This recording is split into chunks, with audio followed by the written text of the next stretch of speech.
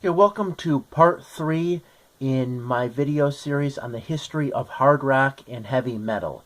Now, where I last left off, I was talking about Kiss and how Kiss was looking to sign new bands to Casablanca Records, and that the band that they were looking into was a band called Pentagram.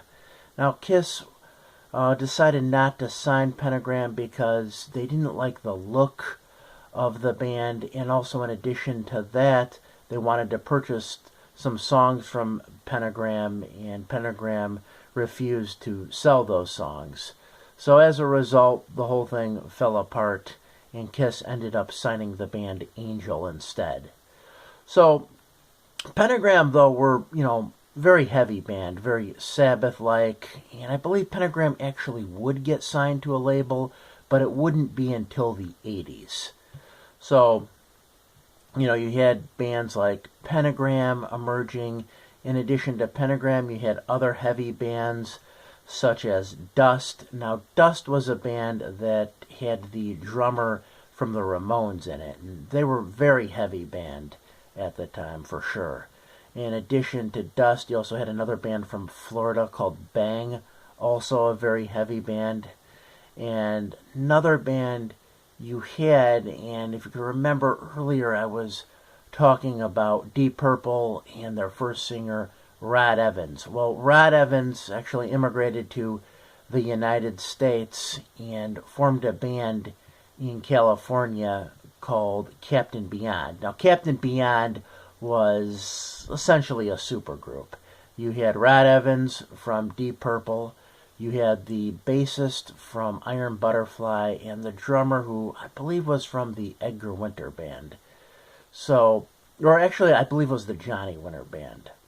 But, so it was a supergroup. And, definitely, they put out an album called Captain Beyond. Very good album, very heavy, a lot of different instrumental parts on it, a lot of different interesting changes going on in the album. Really interesting music. I highly, highly recommend the album. It's a total forgotten gem if you've never heard it. Captain Beyond would release another album later. Wasn't as good as the first, though. And then they did put out a third, but Rod Evans had left the band by that time and was no longer in it. But, definitely check out the first album from Captain Beyond. You won't be disappointed.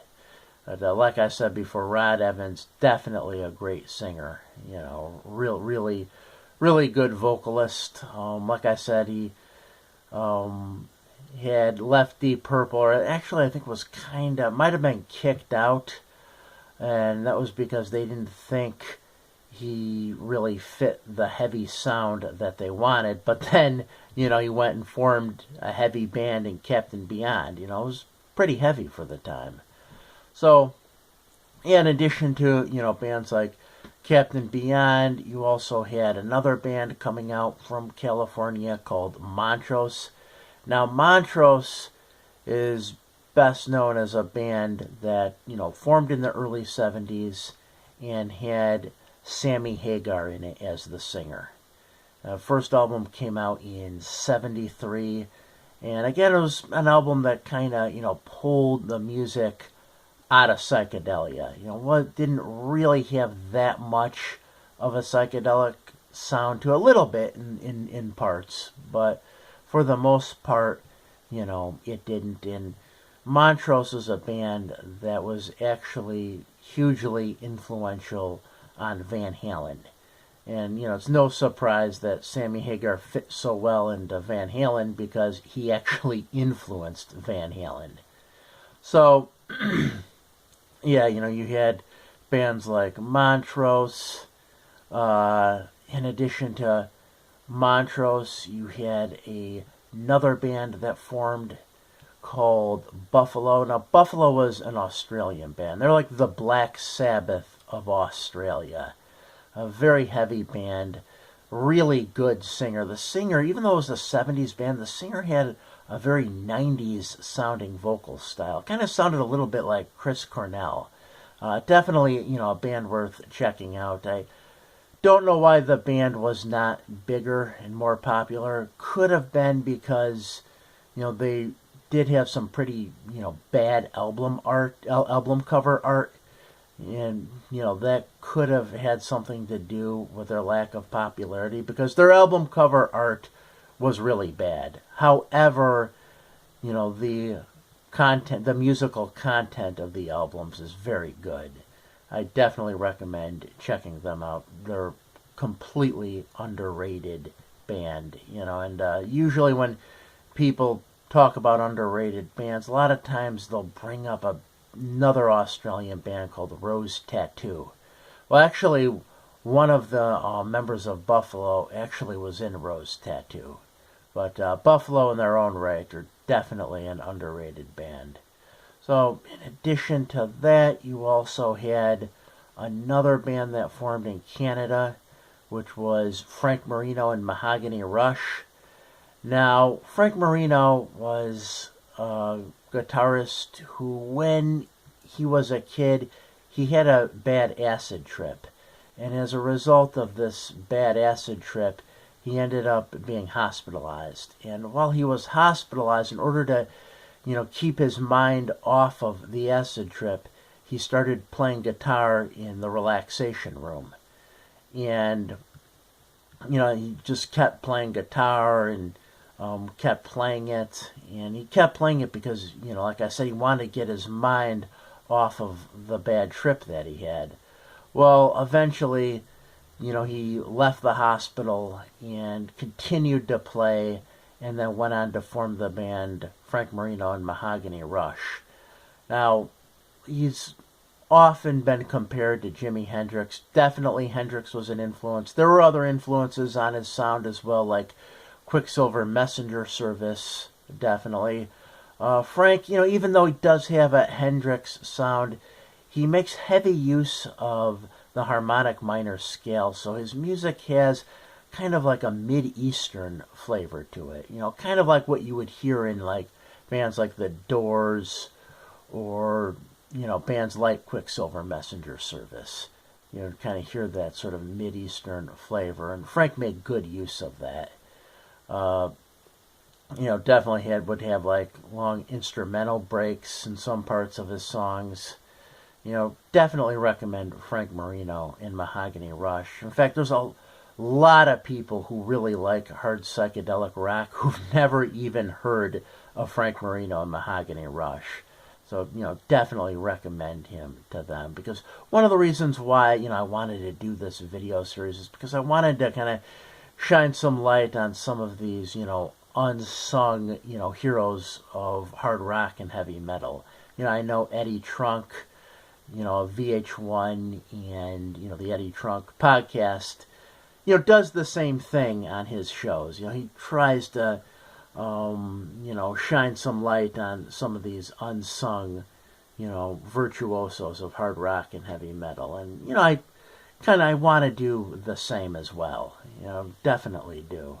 So, in addition to Frank Marino, now another thing I should add about Frank Marino is when Frank Marino was in the hospital now, apparently a rock journalist actually, wrote that Frank Marino had told him that when he was in the hospital that the spirit of Jimi Hendrix had entered him and caused him to, greatly accelerate as a guitar player.